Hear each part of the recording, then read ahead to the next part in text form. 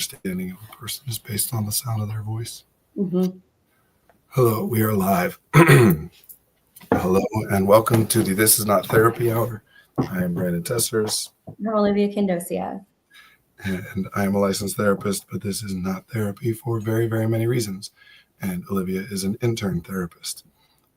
What this is just an open conversation. Olivia and I are here talking with one another and doing our best to talk to you all, whoever you might be. We're doing our best to think about who you might be and what you might be interested in and hearing from us and take that into account. For those of you who are willing and able to participate in the chat, we appreciate that because it gives us more information about who you are and what you're interested in and what you're hearing, so our guesses get a lot better. My voice sounds very different because I had a cold last week. I lost my voice on Thursday, like almost completely on Thursday, and then it's just slowly coming back. But yeah, we work with a private therapy practice called Effective Artistry. Our office is in Northbrook, Illinois. We do individuals, couple, family, and group therapy with people in the state of Illinois. We also work with a couple executive functioning coaches who can work with people all over the world via the internet. What else? I don't know. That sounds about right. Yeah. How are you doing? Okay. I'm good. When you were talking about voice a little bit before we got on stream, it made me think about the TV show Love is Blind, where they have the contestants not see each other and just talk to each other. And I was thinking how voice is something that I like. I don't know if sensitive is the right word, but I get very irritated if I don't like a voice. If it's an audio book and I don't like the narration right away, if it's a YouTube video and I don't like the sound of the voice right away. And I was just thinking, I feel like I would give up very quickly on someone if I was only hearing their voice on. If you found the voice to be annoying, you mean? Yes. That's funny. Been in to say hi, but I'm out skiing. Have a good stream. Hi. Have fun skiing. That I get what you're saying, and that I've been having conversations over the weekend about there are some problems that are like actually detrimental. There's some real thing that happens in a person's life or in the environment that is problematic, and then there are some problems where it's not actually causing any issue, but if we were to project it into some other context in the future and it were happening this way, it would be a problem then. Okay, for example? So, for example, and the place that I've been having a lot of these conversations is with children, which is a place where we just generally as adults and the people who are having conversations like this, for obvious reasons, are trying to project into the future about how things that are happening with a child is going to impact them later as they grow up. But a very common example related to ADHD and neurodiversity and neurodivergence is like, oh, this kid is not focusing or not following all of our instructions, right? Mm-hmm. The way in which that is happening in the classroom when it's being brought up is not actually causing an issue. They're still learning. They're still demonstrating learning. They complete the as far as content knowledge and skill and ability is concerned, they're able to take the tests and do well, and they're able to show that they know how to do things, but they might not get all the work done or whatever. And that's when people will start to have conversations about like ADHD commonly, more just generally whether you want to talk about it as motivation or engagement or interest or grit or perseverance or all these different terms that effectively it's just some way of saying like, this kid isn't paying attention or doing stuff the way that we think they would. And then it becomes a concern for everybody because it's like, well, it's fine right now, but if they're still acting like this in high school, they won't be able to get away with it. Mm-hmm. Or if you think back to your schooling, like every step of the way, every teacher always was like, this is fine right now, but it won't slide in middle school. This is fine right now, but it won't fly in high school. This is fine right now, but it won't fly in college. And that never happens. It never comes true that like, oh, this thing is causing problems in the way that it was supposed to theoretically cause problems. which isn't to say that that's true across the board. It's just there are reasons that we as humans do that. We observe somebody doing something, thinking or feeling or taking some action, and we think, if that were to happen in some other context that I am predicting is going to be relevant later, that would cause a problem. Mm-hmm. So now I start to think it's a problem now because the fact that it's happening now makes me worry that it will happen later when it would be an issue. What you're saying here, it makes sense Oh no. that if a narrator's voice is annoying to you, you wouldn't want to listen to that audiobook. That is literally the only value that that narrator is providing to you, is to deliver the words of the book in a way that is pleasant and meaningful and whatever. It makes sense that I forget what was the other context you said where it bothers you. A YouTube video. Yeah, again, makes sense for a YouTube video where it's easy and low cost to just switch to a different YouTube video. That if something about that video, whether it's a person's voice or anything else, is bothering you, it's like, okay, moving on. It's there to provide either information or entertainment, and no matter what it's doing for you, there's a million other options you can click on. Mm-hmm. A real life person that you have a real interaction with, if you find their voice to be irritating, well, first of all, I don't think you would find their voice to be irritating in the way that you're talking about. The whole reason that these voices in these instances are irritating is because the value of what you're getting here has to do with how the voice sounds. Sure. The voice not sounding pleasant to you is annoying. Like, oh, I don't want to have to deal with this. Sure. So you might interact with people in real life that you're like, oh, their voice is unpleasant for me. It's shrill or it's high pitched or nasal or whatever. Most of the criticisms levied at the way that a person's voice or speech sounds are levied at young women, including ones that are true of everybody, and vice versa. Some of the things I just listed, shrill and high pitched and nasal, come up with a list of commonly thought of this is an aspect to a voice that would make it annoying, that would apply primarily to men as opposed to applying primarily to women, and particularly young women. I'm honestly trying to think. I mean, I don't think I've ever heard someone be like, oh, their voice is so deep, it's annoying. Yeah. Anyway, that was a side note. Yeah. I'm thinking about, I have dated people where I was annoyed by their voice. and what was happening is I was thinking, oh man, I'm going to have to, if we get married, hear this guy read a book out loud to our future child together. And that was I don't know. It's funny that I was thinking when that. I first met my wife, Susan, Uh-huh. To me, she had an incredibly strong accent. Okay. I remember that. I remember talking about it with her and with my friends, she's from the North Shore of Chicago. It's not like a stereotypical Chicago accent, the way people do it, but kind of a Midwesterny, but a very strong and noticeable accent. Mm-hmm. I cannot notice it anymore. I try. And this isn't a recent thing. This was a few months into the relationship. I would be I know I heard a super strong accent. I remember thinking wow, that's really annoying or whatever. And by annoying, I don't mean unpleasant. Yeah. I mean, it's calling my attention to it. I can't not notice it. Yeah. I'm noticing how her voice sounds. I didn't dislike it, but I paid attention to it.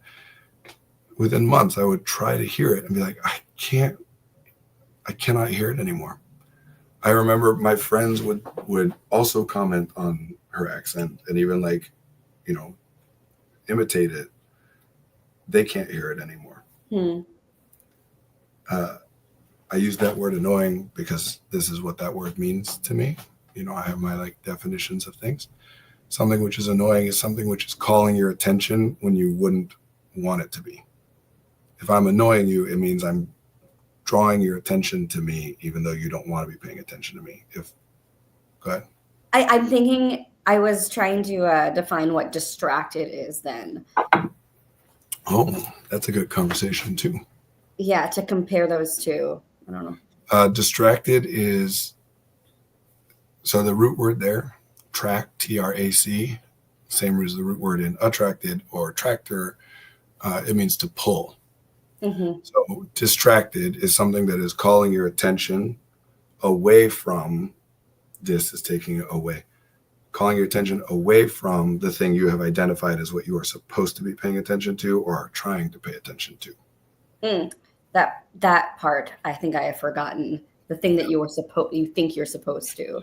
So like something could be considered by these ways of thinking of it as both annoying and distracting, but in a context where there's nothing I'm trying to focus on, I wouldn't say that something is a distraction, even if I could also say it's annoying still. If that makes sense. Say that last part again. That something which calls my attention when I don't want to be paying attention to it is annoying. So all distractions count as being annoying by these definitions. Sure. But in order for it to count as a distraction, there has to be something I'm trying to focus on. If there's nothing I'm trying to focus on, then it's not a distraction, but it could still be annoying. Sure.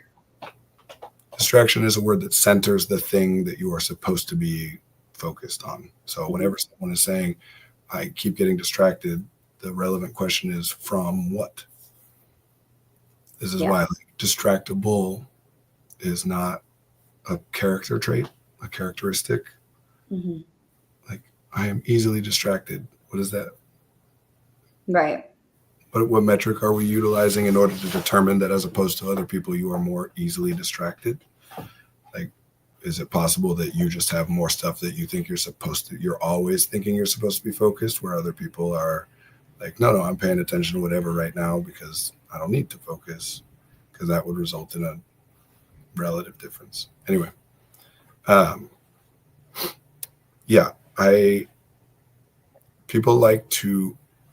like to say that humans, depending on how you want to phrase it, are either the best or the worst generalizers that exist in the universe. What we do, generalizing, we draw from experiences to come to conclusions about similar new experiences. I'm experiencing something new, which is every moment, right? And the fact that we would often say like, oh, this isn't new, I've done this before. But each version of it is new. So if we're saying that it's not new, we're just saying the elements of it that are relevant are the same as elements of it in the past.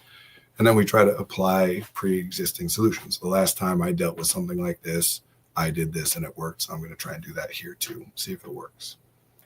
So we try to like find patterns because that is useful. We can solve lots of problems with sweep. And yes, you have identified this here today as like, when I find people's voices annoying, it really bothers me. But then the two contexts you gave were not in-person interactions. Right. They were both examples of places where the sound of the person's voice being pleasing to you is the entire point of what is happening. Right. Because you thought of it as a characteristic. I get really bothered by irritating voices. Then you start to worry like, oh no, this hasn't actually happened. I've dated people whose voices annoyed me. So I know for a fact that I don't like cut people off or like refuse to interact with people if I find their voice to be unpleasant or annoying. And yet I'm still convinced, Brandon. I'm still convinced that I do. You're like, no, this must just be that I have some low tolerance for being annoyed by a person's voice. You have no evidence. You have a lot of evidence to the contrary. No. But it's, again, this particular thing. So we want to find patterns. That's what humans do, right?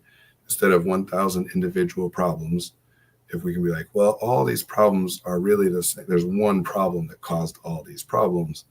Then I only need one solution to solve 1,000. And if that one problem caused 1,000 problems, it is very reasonable to assume that it will cause many more. And so by addressing it, I'm preventing thousands of problems throughout the rest of my life. The downside, of course, is if we get too general, we end up with a problem that isn't solvable. Right?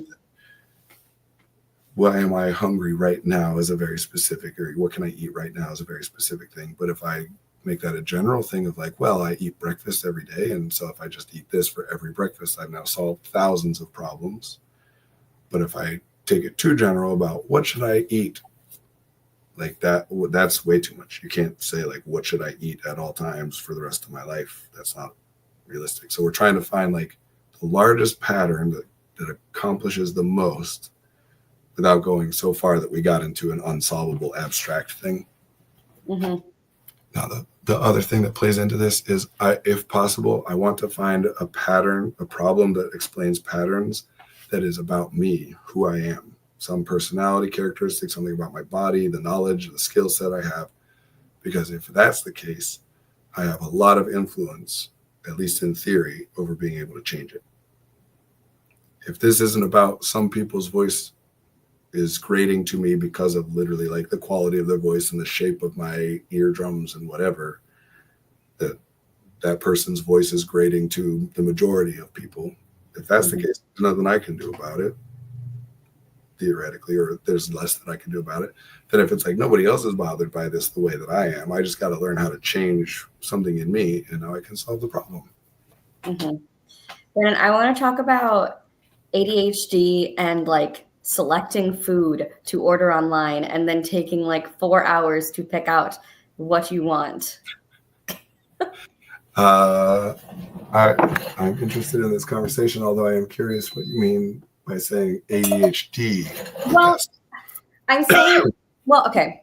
I was thinking about how long it took me to order food yesterday online and how I have talked to other people who have ADHD and they have made a complaint. It's pretty loud, Brendan. And they have made a complaint about like how hard it is for them to like decide what to order or what workout classes to take if they're on like a mass workout platform on an app. And I'm just curious either what's going on or like why or once again, I'm going to reference, we're going to talk about what I think is going on and how to be helpful with this issue. Yeah. But first, we're going to address the ADHD part of it. Okay. And again, I'm going to reference the humans are great or terrible generalizers. You know, like we do it with everything. And it's kind of like if you ever were in a house, lived in a house, or whatever, been in a house when it's late and it's quiet, and you hear this random like click or creak or like noise, you're like, what the hell is that? And then at some point, someone has said to you like, oh, that's just the house settling. Mm-hmm. And you don't really know what exactly the house settling means. You just know that it's an explanation for that weird noise, so you don't have to worry about it. Mm-hmm. So then you hear another noise the next night, and you're like, oh, that's just the house settling, right? And it's useful, and it's true, even if you don't fully understand it, right? Like, or at least you can presume that it is true, or people wouldn't say it to you, whatever it means. Mm-hmm. And it's useful because then you're not worried about like, oh no, I got to go figure out what's going on. This is some problem that requires my attention. It's like, oh no, it's just a thing. I know what it is. I don't need to look further into it. Mm-hmm. Well, a diagnosis of ADHD, among many, many, many things, like anything that you can identify as like, this is a thing that is true about me or who I am or my personality or how I work. Uh-huh. It's, among other things, it does many valuable things to have that diagnosis. But one of the things that it does is it provides that explanation, theoretically, where you're like, this thing just happened and I don't understand what it was. Is this something I should investigate further? Like, should I go check out what that noise was? Mm-hmm. Or, oh no, that was just the house settling. I don't need to spend time looking into it. Same thing.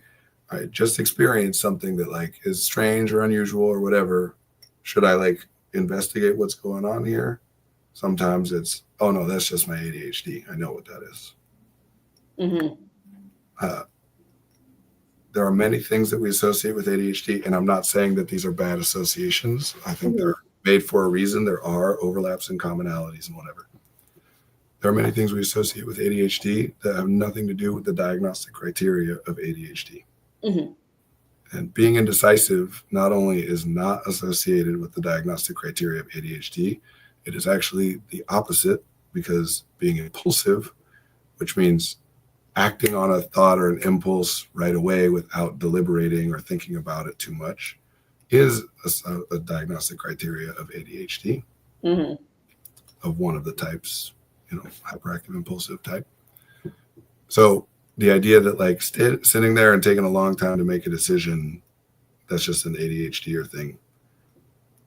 Again, there's not logic to associate that with like why that doesn't mean that it is not true. That it's definitely true that of many, many people who have ADHD or identify as having ADHD experience those things and talk about those things and share those things with one another. Same way, for example, hyperfocus is something that with the DSM diagnosis has, again, nothing to do with that. And in fact, the opposite, the diagnostic criteria talks about having like difficulty maintaining focus.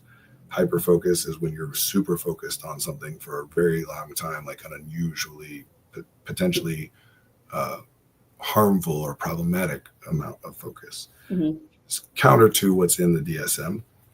And yes, everybody, not everybody, but enough people who are identified as having ADHD experience something like that, that we can all talk about it as an ADHD trait.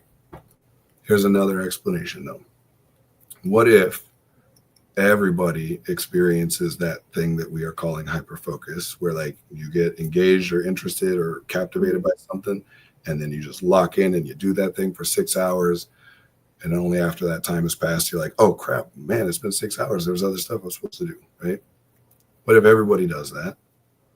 But some subset of people are people who think and are told Mm-hmm. that I can't focus on things very much.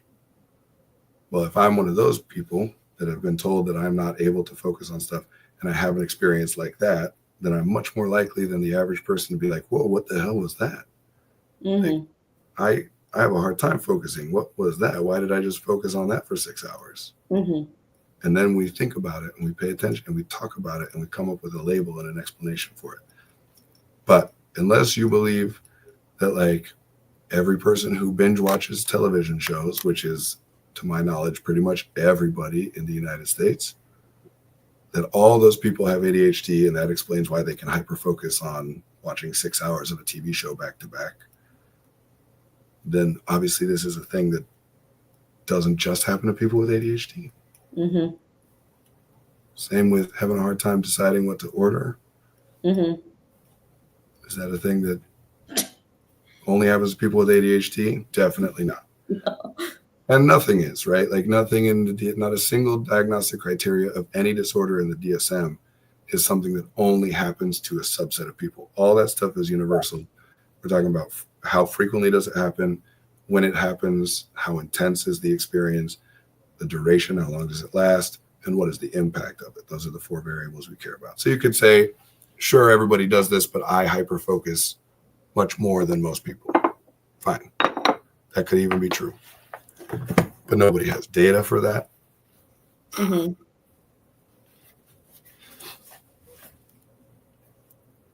Here's something that is universal, because now I want to get to like, the only reason I'm saying all that, as per usual, I'm not ever trying to take away an idea from somebody that's helpful to them, right? Mm-hmm. Well, this is associated with my ADHD and that's useful to you. Great. I'm wrong, or, I'm talking about something else or whatever. Just ignore me. And I would suggest that in this case, as with many cases, that explanation is not only not helpful, Mm-hmm. it's a hindrance. Because if that's just something that happens to people who have ADHD and I have ADHD, then what am I supposed to do about it? Sure. Nothing. So thinking of it as that might make me feel less critical of myself for having done it, except not really, right? Because like, if I wasn't criticizing myself for having taken 4 hours to order something, Mm-hmm. why would have I gone on this whole journey of trying to explain it in the first place? Mm-hmm. I still think it sucks that I did that. I still think it sucks that I might do that again, but at least I know why, quote unquote. So I don't have to worry about, so it's the house settling, right? Instead of being like, what the hell is that? And going to investigate it. It's like, nah, this is my ADHD. There's no point in looking into it further. But the flip side, the problem of saying it's the house settling, it stops you from worrying about it. It stops you from looking into it. It does not change what is happening, right? That's the whole point of the house settling, is it's like sometimes the house just makes noises. Nobody really, again, knows what it means. I mean, some people know what it means, heat expanding and cold contracting and whatever. But like, for the most part, we're all just like, we interpret that sentence, that phrase to mean that's just something that happens and you don't need to worry about it. It's normal. So we stop worrying about it. But if we hear an explosion and we're like, oh, that's just the house settling. Well, now it's become a problem because there is something that was worth investigating. There is something we could have done there. In this case, there's something you could do, at least theoretically. So just writing it off as like, this is just what people with ADHD experience sometimes. It's Mm-hmm. unnecessary. You don't need to explain why you're experiencing it. Like, doesn't require an explanation. And B, can get in the way. Do you take 4 hours to order every time you order food online? No. So sometimes it happens and sometimes it doesn't. But you don't sometimes have ADHD and sometimes you don't. I don't even have an official diagnosis, Brendan. So I don't give a crap about that part. But whether a person yeah. qualifies for a diagnosis or has a diagnosis of ADHD or not, whatever status that is not a status that changes from one case to the next. Mm-hmm. So at the very least, what we can say is even if there is something about the condition of being, qualifying for a diagnostic label of ADHD, even if there is something about that correlates to this experience happening more frequently than for others, again, does that matter to you? No, irrelevant. Like how frequently this is relevant to other or relative to other people means nothing. And even if that's the case, obviously there are still other factors, other variables which impact it because it doesn't happen that way every time. A lot of people have heard of the book Laziness Does Not Exist. It was an online essay originally by Dr. Devin Price. This is the main thrust of that. Well, I shouldn't say of that book. I couldn't. But the point of the idea that laziness does not exist is not to say that laziness is not a term that can be applied to things that we observe. It's that it's a terrible, useless way to explain what is happening. There is always a better, more useful answer for why is this happening than they're just lazy or they're being lazy. Mm-hmm. So it's not that this happening to ADHD people is untrue or can't be, but it's not a useful answer because there's nothing you can do about it. So what else do you notice about the times when you struggle and it takes you 4 hours to order food versus the times where you order food quickly just fine?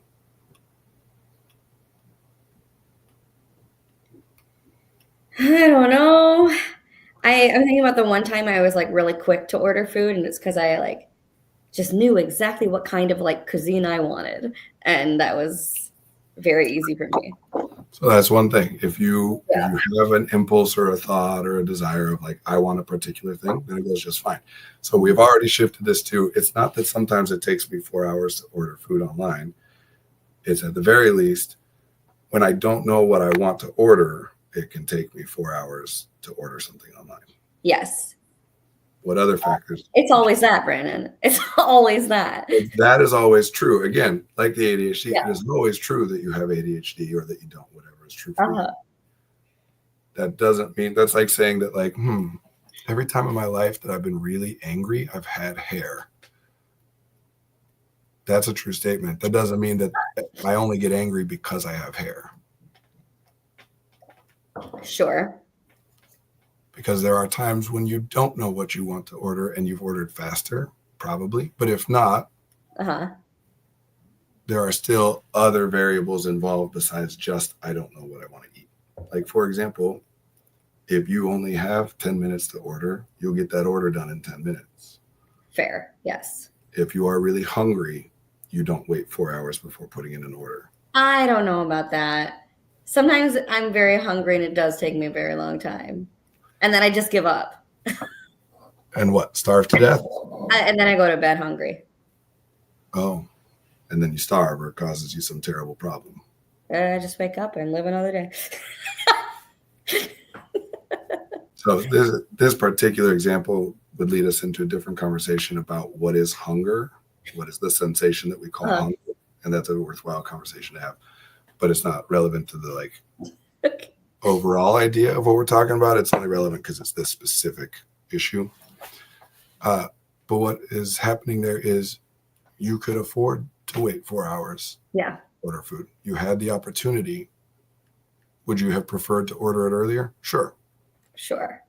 And did it cause you a problem other than you looking at it and being like, oh no, this means I'm indecisive.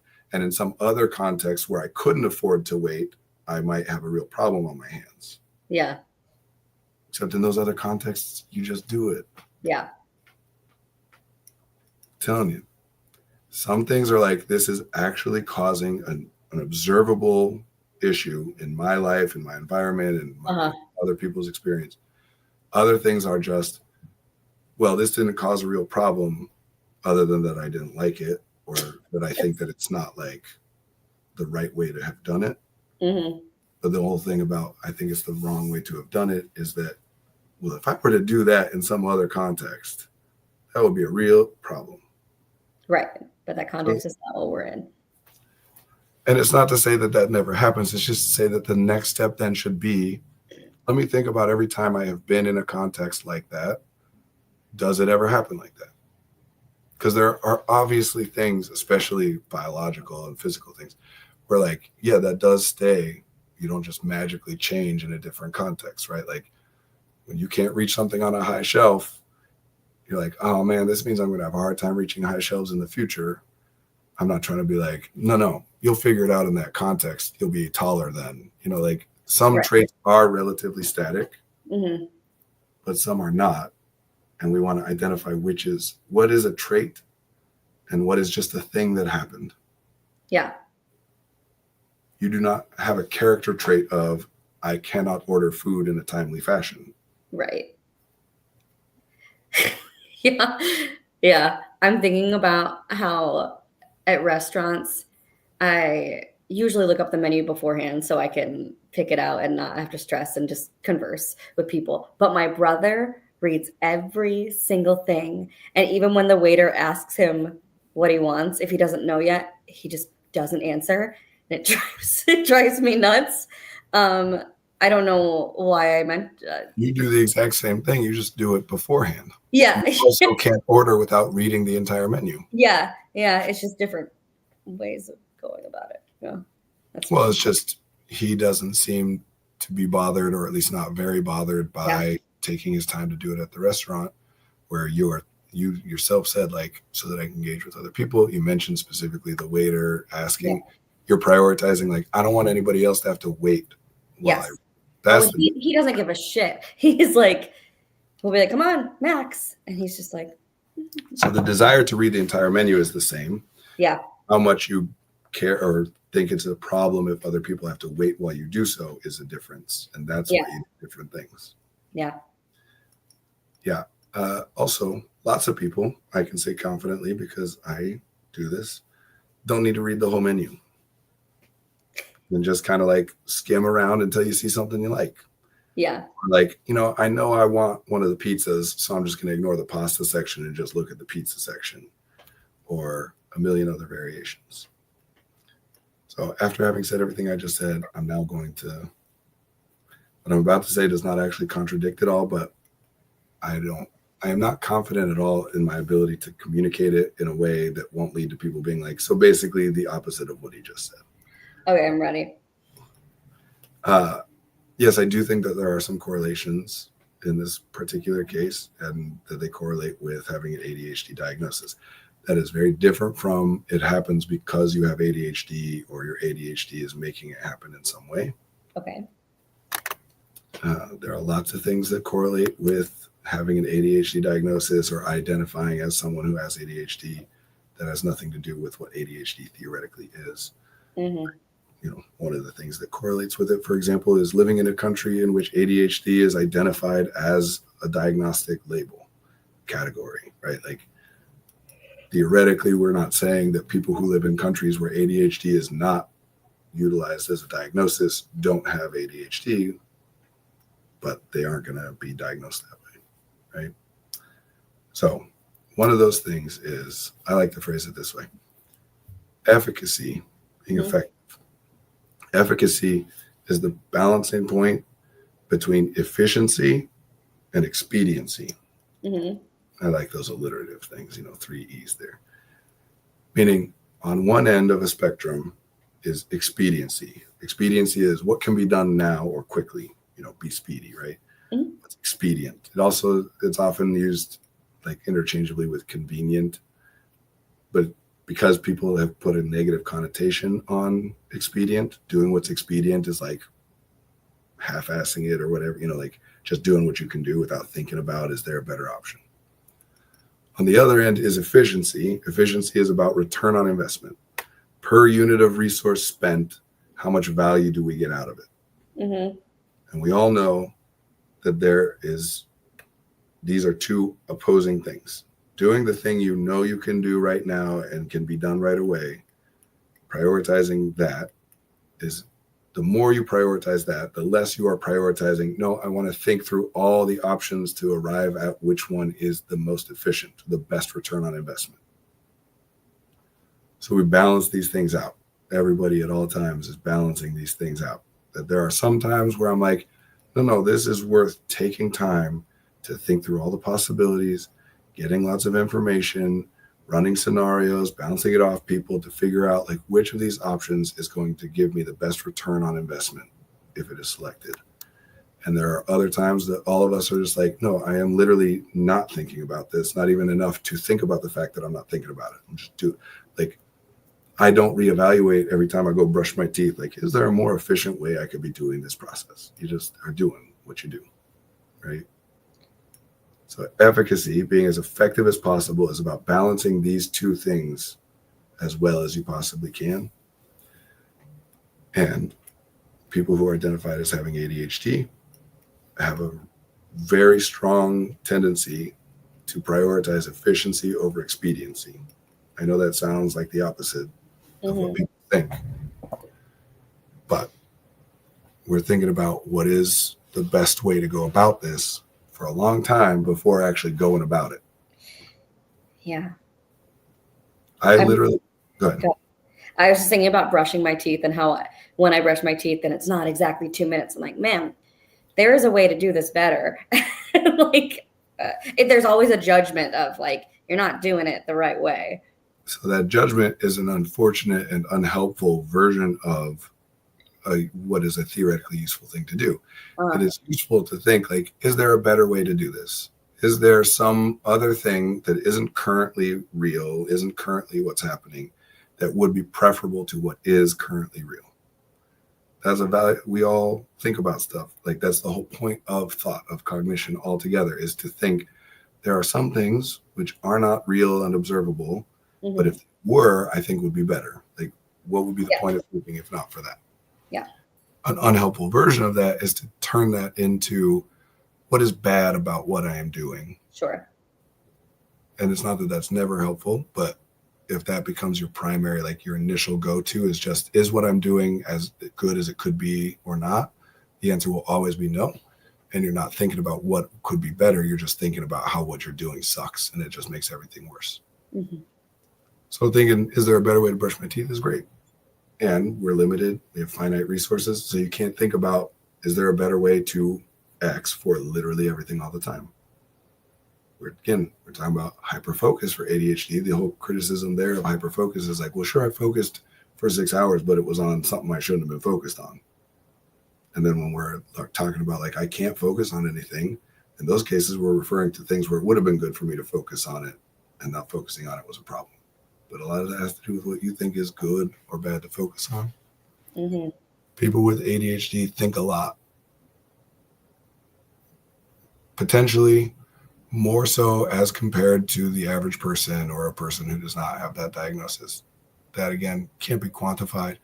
But we can say for sure, like anecdotally, people who have ADHD, both my experience and then talking to people and what people report and what data shows, I like to use, this is good. I'm trying to write down all these concepts because I forget about them until I use them. Yeah. I like to use this, I call it the thought to action ratio. Like if we were to, over the course of your life, somehow could observe the amount of resources you spend thinking about a problem before you take action on that problem and like average that all out, then hypothetically, theoretically, every person would have this thought to action ratio, like averaged out. How much thought do you put into each solution before you attempt to do it? And it is plausible that some people have a higher thought to action ratio than others, and others have a low.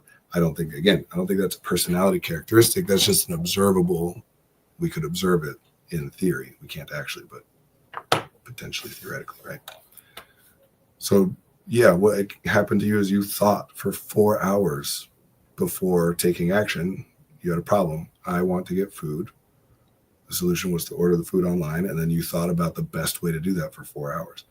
The issue is not about who you are. Yeah. It was about what you were trying to accomplish. You weren't just trying to get food. Right. What were you trying to do?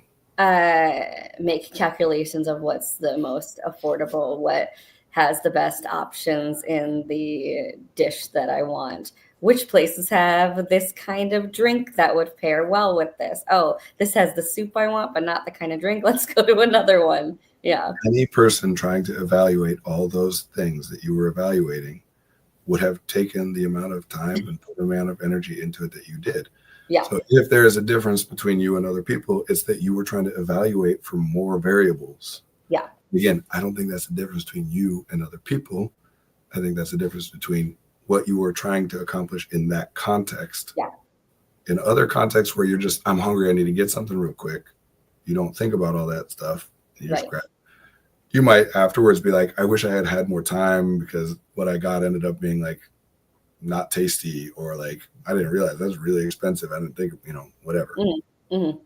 So again, there are reasons on both sides. There are reasons that it's beneficial to think about things and explore options and run scenarios.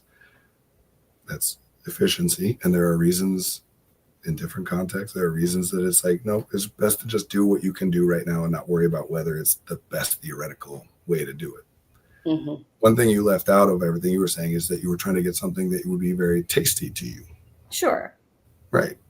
Which sounds like it doesn't need saying when talking about getting food, except all of us do at some times not care about how something tastes, or at least have a very low priority on how something tastes. In terms of, you're at the office and you just need to grab something, you got 3 options. You're not like, would something else taste better to me? You're just like, I have 3 choices, I pick one, Right. Yeah, you had the opportunity to spend that much of your resources on it. Yeah. It was useful in pursuit of what you were trying to accomplish. It was not an example of a deficiency. What you did made sense to do given what you were trying to accomplish. Yes. Having said all that, I have an easy answer for your question you were asking at the beginning, but Okay.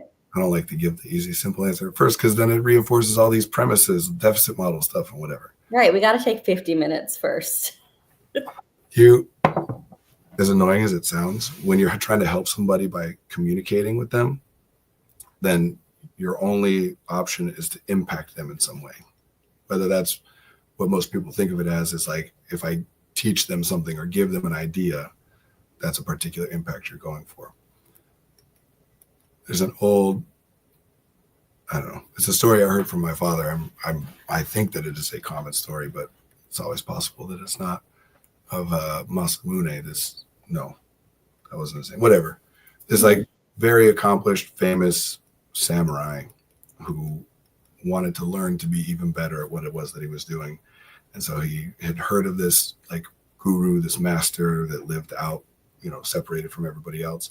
And he went on this journey to find this guy, and long story. And finally he arrives and he comes in and he says, I've come to learn. I've come for you to teach me. And the guy says like, okay, well, sit down. We'll talk about it. Let me get you some tea. And starts pouring tea, and he pours tea into the samurai's cup, and he just keeps pouring it. And eventually it reaches the brim and it starts just overflowing and spilling. He says, the cup is overflowing. You can stop spilling now, or stop pouring now. It's just spilling. He says, your mind is like this cup. It's already full. If I try to put any more tea in there, it's just going to cause a mess. Mm-hmm. So yeah, we do take 50 minutes sometimes because we got to get some of the stuff that's in there out of the way in order to make room for the solution. Mm-hmm. And the solution is? I'll give you a very simple one right here. It's another framework I use with people. If you are trying to compare more than 2 things in more than one way, write it down on a matrix. That's it. For example? For example, if I was only comparing on one thing, Mm-hmm. what's the cheapest? Then I can look at any number of things to compare, because as I look at the first 2, one of them is cheaper than the other, and that can be discarded. And then the next one it's just a series of 1-to-1s, right? But if I'm trying to compare 2 things or more than 2 things on 3 variables, then okay, let's just use 2 variables. Let's say cheapest and fastest delivery time. Great. Right? Okay. option A and option B. Well, B is cheaper and has a faster delivery time. What about C? Well, C is not as cheap as B, but it has a faster delivery time than B. Mm-hmm. Wait, but what was A at this point? Did it have, am I sacrificing I got to go back to A, and you just run in loops? In that 4 hours, how many times did you look at the same menus over and over? A lot. So this is something that, like I'm always talking about, people like to think that cognition is unlimited, that thought is free and limitless. No. Human cognition is designed to compare two things, and that's it. Try and add more to that. We have terms for this: analysis paralysis or choice paralysis. Try and add more than two things, you get shut down. Mm-hmm. So if you are comparing more than two things on only one variable, that's fine, because it's just a series. Here, let me give you an example to make the point. That if I say to you, everyone has had this experience, right? That you're hanging out with a bunch of friends or whatever, and someone's like, hey, where do you want to get food? And you say, I don't care, wherever. And then they're like, how about McDonald's? And you're like, no, not that. Right? Everyone's had that experience being annoyed, like you just said wherever, so you're not helping making suggestions. And then I made a suggestion and you said no. Mm-hmm. If you really were fine with wherever, then you wouldn't say no. Mm-hmm. What's actually happening is that if you offer me limitless choices, where do you want to eat? We could eat anywhere. I don't know. That I can't hold that amount of information in my mind to compare all those things. I don't know. You just tell me. But once you give me one option, now it's a single thing. Do you like this option? Yes or no? And that I can answer very easily and quickly. So when we say, I'm fine with whatever, all we're really saying is, you make suggestions to me one at a time and I'll say yes or no. Mm-hmm. We do not, we can create the experience right now. If I was to say to you, which do you like better, mm-hmm. blue or yellow? No, Brandon. I'm like, well, what kind of blue? But I'll say blue. Okay. Well, you just made it up on your own and did your own thing differently than what I was going to say is like, okay, now, which do you like best? Blue, yellow, purple, pink, green, white, black. Like you can't remember all those things already. But even if I put it on a piece of paper in front of you and you could see it all, it still would be what you just experienced. I gave you two options and you interpreted it as though there were many more than two because different shades of blue count differently. And immediately you're like, oh, no, I can't. Too hard. Mm-hmm. Theoretically, we could take every shade of blue you were aware of or thinking of and put it in a little bracket, which is another framework I can give you in a second here. Put it in a little like March Madness bracket and have them all compete against each other. And still you would arrive at like, this one is the one I like the most. Mm-hmm. But trying to do that in your head is like, no, I can't do that. That's impossible. Mm-hmm. Yeah. People are not built. It has nothing to do with intelligence, no matter what you think about intelligence. It has the best mathematicians in the world write down all the arithmetic they're doing. It's only amateur mathematicians that think doing work in your head is impressive, because only amateur mathematicians like myself and like the vast majority of people, because what we're doing in like grade school, middle school, high school is not professional math. I'm not talking about the level of the difficulty. I'm talking about the purpose of it. Mm-hmm.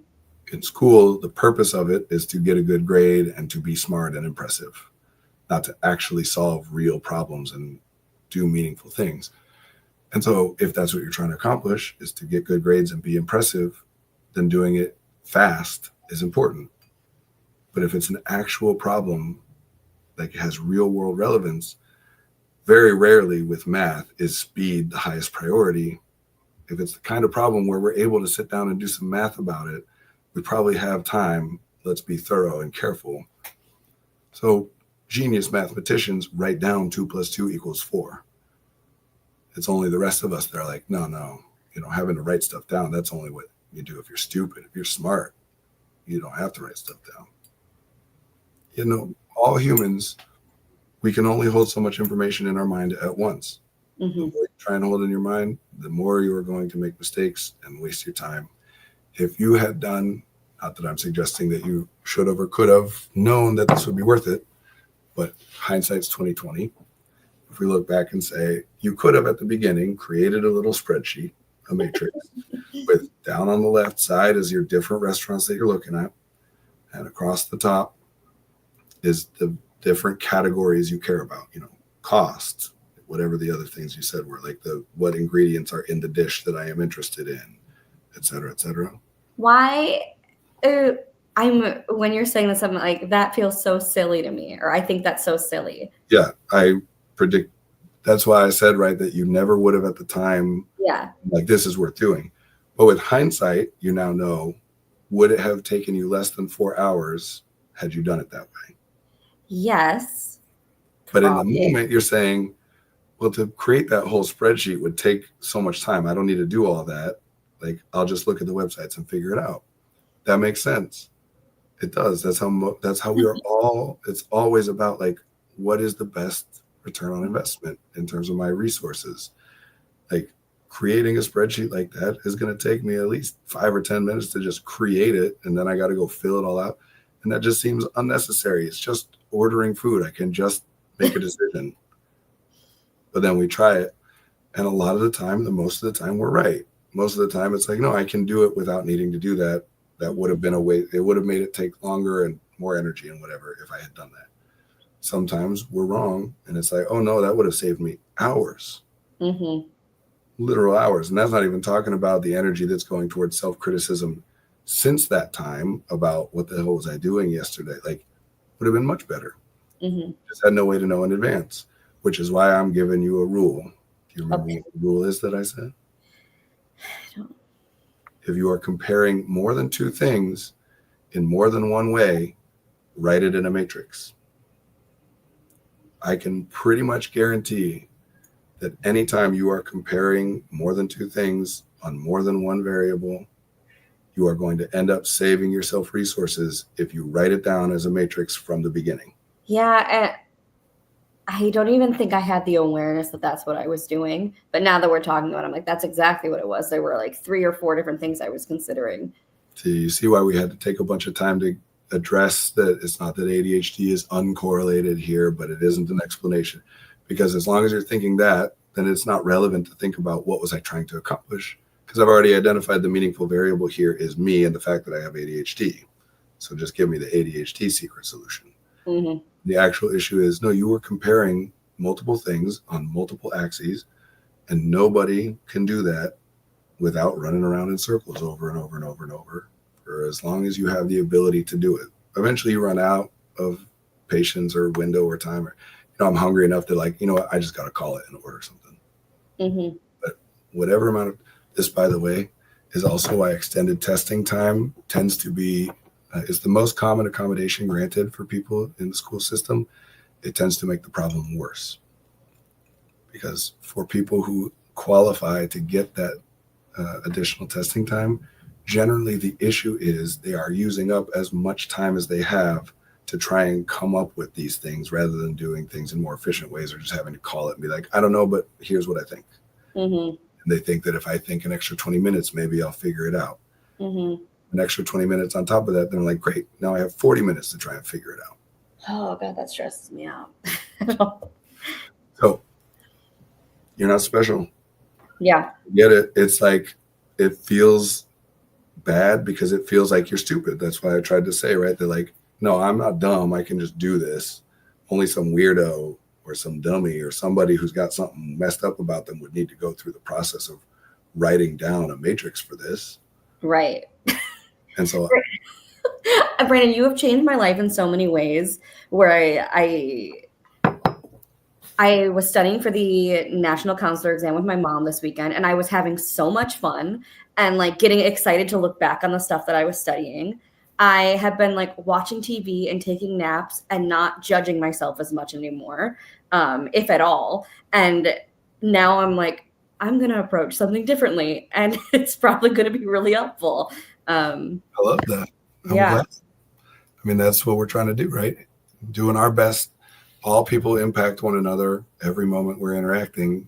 As a therapist, our job is to have more of an ability theoretically to identify what specific impact am I trying to have, and then to make that impact happen, as opposed to just whatever happens is happening. So I'm glad to hear all that. I am. Mhm. And yeah, so much of it falls into this category of, we call this a double bind in psychology or in therapy. A double bind is when you are given two mutually exclusive messages. Do this thing, also do this thing, but you can't do both. If you do one, it's the opposite of the other. Mhm. If you're given those two different messages, and the other factor that matters is that you cannot opt out of the whole exercise, right? Like you can't be like, well, never mind, I'm not doing anything. You have to do one or the other, and you're being told to do both. But if you do one, it stops you from doing the other. Then it is crazy making. Like literally, this framework was first explored with people in like an old school asylum, like padded rooms and stuff for schizophrenia. And when they explored this, they found that like hallucination and delusion symptoms significantly reduced when you addressed what's going on here. And we get those all the time, right? Just think about school. And I want to be clear. I think teachers are great. I think administration is great. I think students and parents and schools, all of it is great. When I point out some downside or some limitation or flaw, that doesn't mean that I don't think it's good. I think it's great. And it has this limitation. Sometimes these limitations are things that we can overcome. Sometimes it's like, nope, that's the downside of doing this great thing. It has these great benefits and this unfortunate thing that comes along with it. Anyway, think about school. What's happened over and over and over and over and over again, you are handed some boring stuff to do that neither you nor anybody else wants to do. But if you act as though it is boring, you then get the response of like, what's wrong with you? Why are you zoning out? Why are you behaving as though this work I am giving you is boring? It is not boring. So there must be something wrong with you. So we're supposed to be interested and engaged, but we're also getting messaging, in this case, the work that we are being given, which says this is not interesting and engaging. We're supposed to we are literally also getting messaging at the same time. Nobody likes homework. Nobody likes tests. Only weird nerds enjoy school and whatever. So you're supposed to enjoy school and you're supposed to not enjoy school. Mhm. And you cannot do both of those things. It drives you crazy and you have to come up with whatever way you come up with to navigate. But yeah, make sure you make the right decision, Olivia, but also don't think about stuff. Just do it. That's not doable. Can't do both of those things. But it does lead you to explaining everything as a deficit.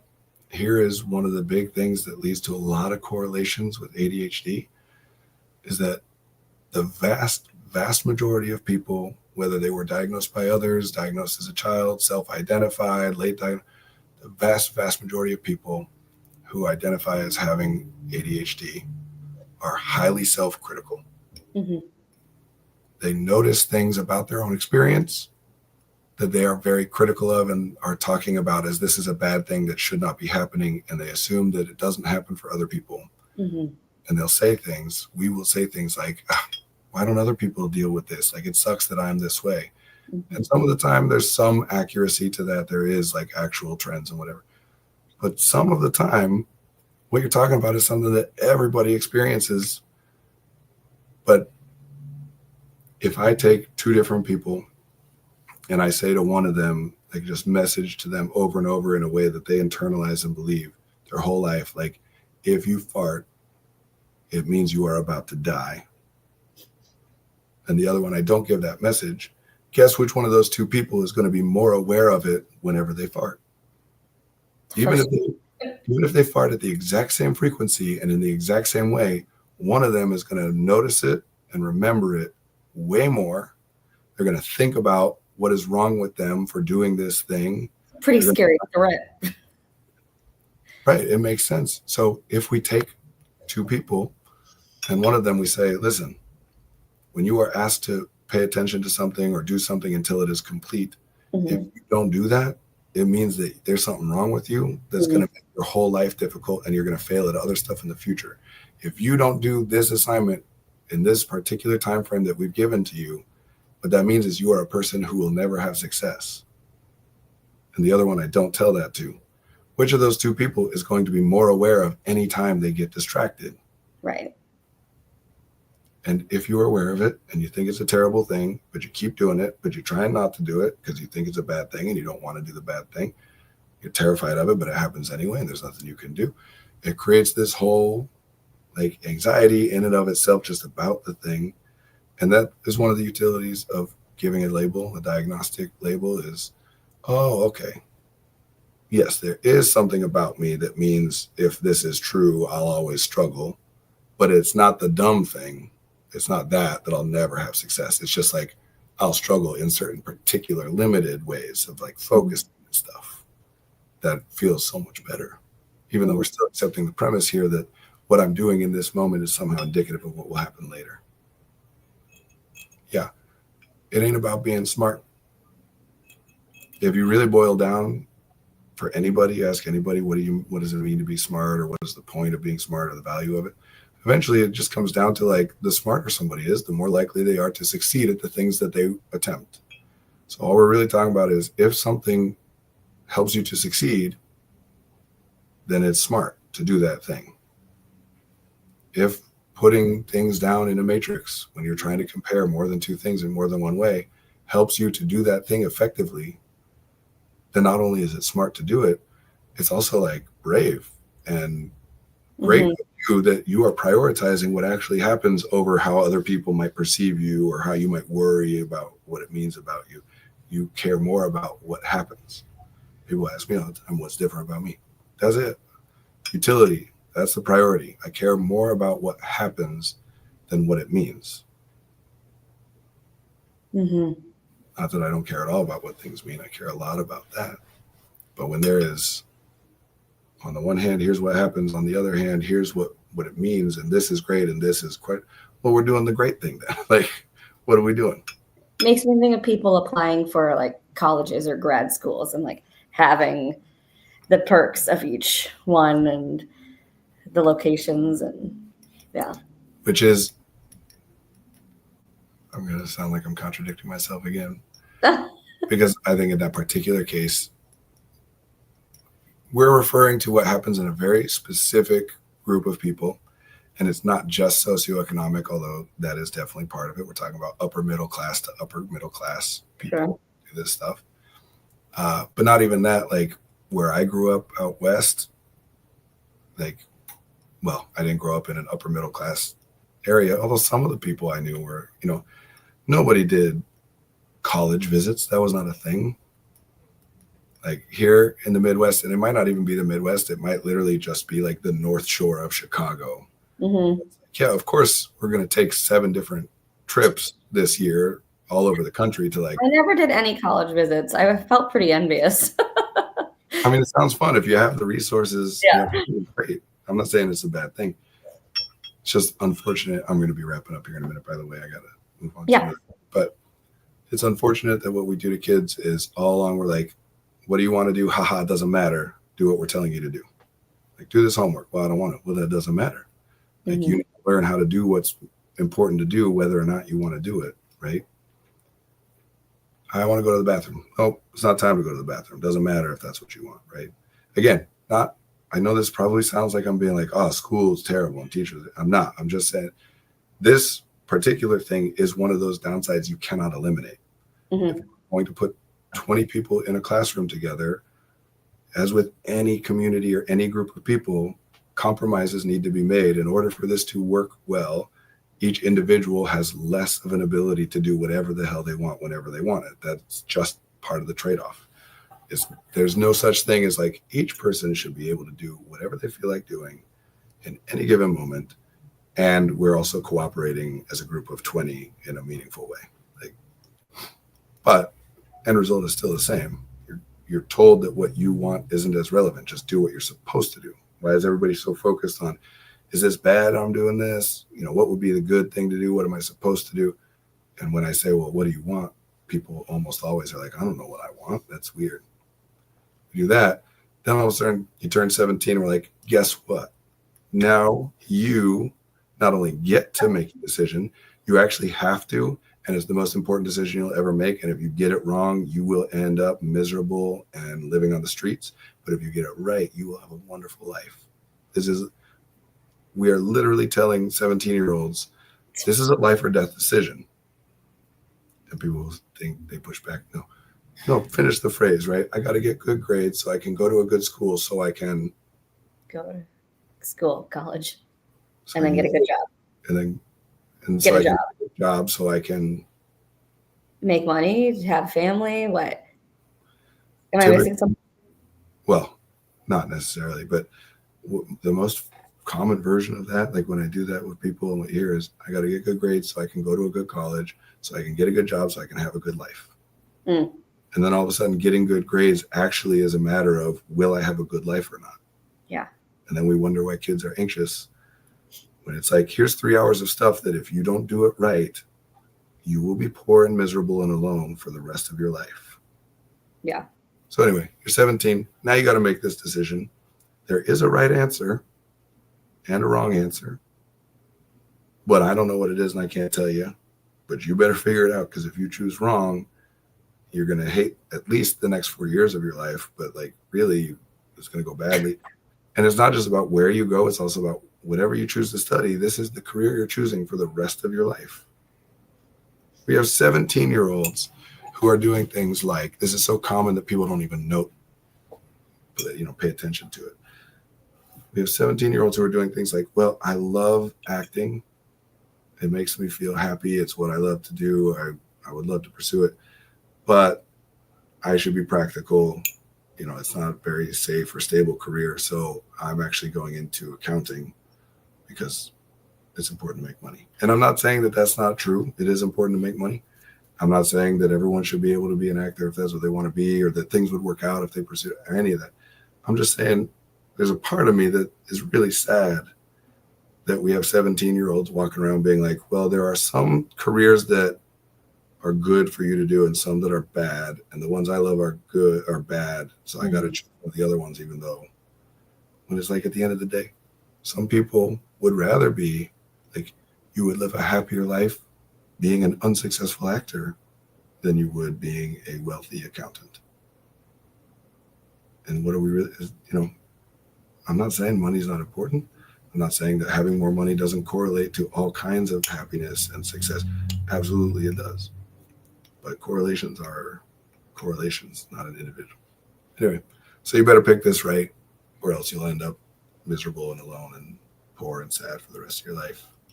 Good luck. As though they're supposed to know how to do that. I don't miss that. I don't miss that period in my life at all. It was not fun. Again, we're talking about a specific group of people. I didn't go through that process per se where there was that level of pressure put on about like, my high school didn't have a college counselor that helps you select. The valedictorian of our high school went to the University of Utah 20 miles away. Like nobody from my school went to out of state schools. That was not a thing thought about. So it's not everybody, but yeah. And then you're supposed to step up the academic challenge so that it's more rigorous than anything you've ever experienced. That's what everybody's been telling you your whole life. Also, it's going to be your first time living on your own, and you need to manage things that you've never had to manage or been taught to manage before, like how to sleep and eat and when to do different things and how to manage your own schedule without someone else. And then they go and they struggle and they fail. And then we're like, oh, what a shame that you're one of those weird ones that struggled with this. Like everybody else had no problem with taking on it would be like telling anybody you're getting a much harder job than the one you currently have. Also, you have to start doing all kinds of things in your personal life. Also, if you are married, you're now divorced and single, or if you are single, you're now married and have to raise a child. We're throwing so much at them and then culturally gaslighting them to be like, this isn't that difficult. I don't know why you're acting like it's difficult. And then later on, we end up with people who are like, oh, I really struggle with this thing. It's like, well, it would have been a lot easier if you had done this simple thing or asked for this help or whatever, right? It's like, yeah, and now I'm criticizing myself. Why didn't I just ask for help? Because we've been telling you your whole life that, like, if you ask for help, that's bad. We have been telling you your whole life that you are the only one that's struggling with this and all the other normal people don't have an issue. It's a lie. But you don't know it. And so then you're like, oh, one of my favorites is people with ADHD will be like, I cannot use a to-do list, or I cannot use a calendar, or like I can't keep track of, there's no organizational system that ever has worked for me. Nothing's worked. And the premise they're relying on there is that other people have some system that they use every single day, their entire life, that somehow makes it so they accomplish everything that is important and they never mess anything up, or like nobody does that. Certainly not most people do that. Nobody does that. They also are changing systems and buying planners that they don't use and whatever. They're just not thinking of it as like, what's wrong with me? Because you could do that exact same thing and be like, oh, that planner sucked, instead of like, oh, there's something wrong with me. Or a better way to put it, especially in terms of neurodiversity, there's no such thing as a neurotypical person. Unless what you mean by that is a person who does not have a diagnosis of autism or ADHD or whatever. Obviously, there are people that don't have diagnoses. You could even argue that there are people who don't qualify for any diagnoses, certainly. But what most people mean when they say neurotypical is normal, one of those normal people. And so you'll get people who identify as neurodivergent talking about, I don't know all the social cues and all the unwritten rules. I misinterpret things and I say things in ways that other people misunderstand me and whatever. As though other people, most people, don't misinterpret things and never communicate things in ways that other people misunderstand. The difference is not whether that happens. You could argue that there's a difference in frequency, intensity, duration, and impact, sure. But you could also at least theoretically argue that it happens in the same frequency and whatever, and that the difference here is about the impact. That if I say something and you interpret it differently than I intended it, I was trying to make a joke and you got real offended. I can interpret that in one of two ways. I can say, oh no, I am terrible at social communication. I don't understand how to, like, this is on me. If I was different, if I was better, if I knew something else, that wouldn't have happened. Or you can say, oh, well, that person took it the wrong way. Like, I said it just fine. They interpreted it badly. It's not a deficiency on my part. It's on theirs. And if you interpret it that second way, you end up saying, yeah, I'm normal. Is there such a thing as a normal person? No. Normal means most common. Nobody believes that that's an actual thing. Like, is there a single person anywhere that is the exact, like, average in every quality? No, of course not. Are any two people anywhere the same as one another? No. So every person is unique. Everybody's different. Sure, different ways of being different. That's the point. But if some people are saying, no, I'm not different, I'm normal, is that a response to an observation of objective reality that, like, most people are the same as me? Or is that just saying, I believe that most people are the same as me, and I believe that most people think what I think, feel what I feel, and do what I do, and that all the things I think and feel and do are like the normal, rational, reasonable things to do? Whether or not that actually is true, which it isn't, literally cannot be. Some people think they're normal, and all that means is, like, yeah, the things I do and think and feel, that all makes sense. That's how it's supposed to be. And other people think they're not normal, and that just means the things I think and do and feel are, like, don't make any sense. I shouldn't be doing those things. There's something bad about me. I'm laughing because of the one time I was almost a combination of those two, of like, I don't want to be a normie, and thinking that I was normal, but also not wanting to, whatever. Yeah. There was another framework I was going to give, and I forgot about it because I did more than two things in more than one way. Write it down in a matrix. But there's another practical thing too.